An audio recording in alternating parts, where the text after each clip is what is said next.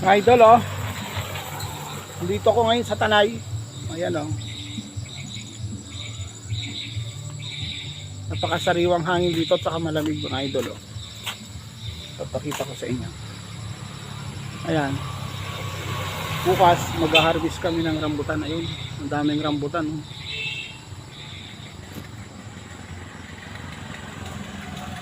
Ayun, yung mga rambutan, oh.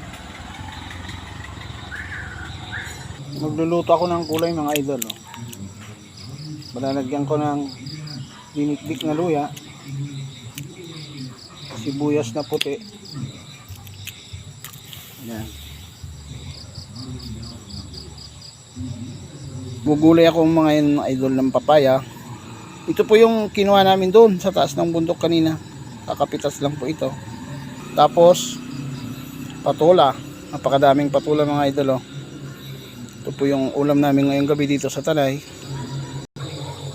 At syempre sasawgan ko ng inihaw na bangus para masarap ang aking lulutuing gulay. Ilagay na po natin tong papaya, mga idol, oh. Kumulo na siya. Bali 3 pirasong papaya lang to, idol, pero malalaki, oh. Medyo matagal lang magluto, idol, dito sa Tanay kasi ang ginagamit ng pagluto uling.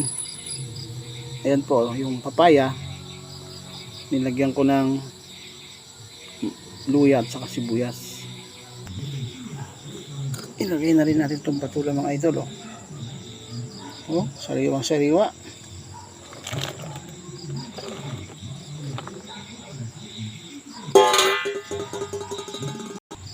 Haluin natin, idol, para pantay yung pagkaluto. Panalo to. Oh.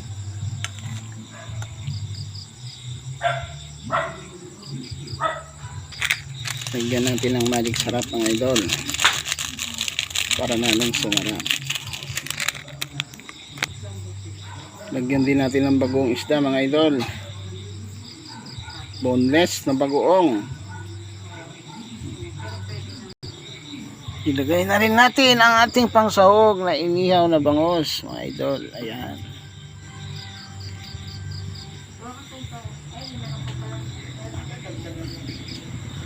Kalahati lang, idol, kasi malaki masyado itong bangus. Hindi na kasya sa kasirula. Ilagay na rin natin itong daon ng malunggay, mga idol. Luto na itong niluluto kong gulay, pampahaba ng buhay.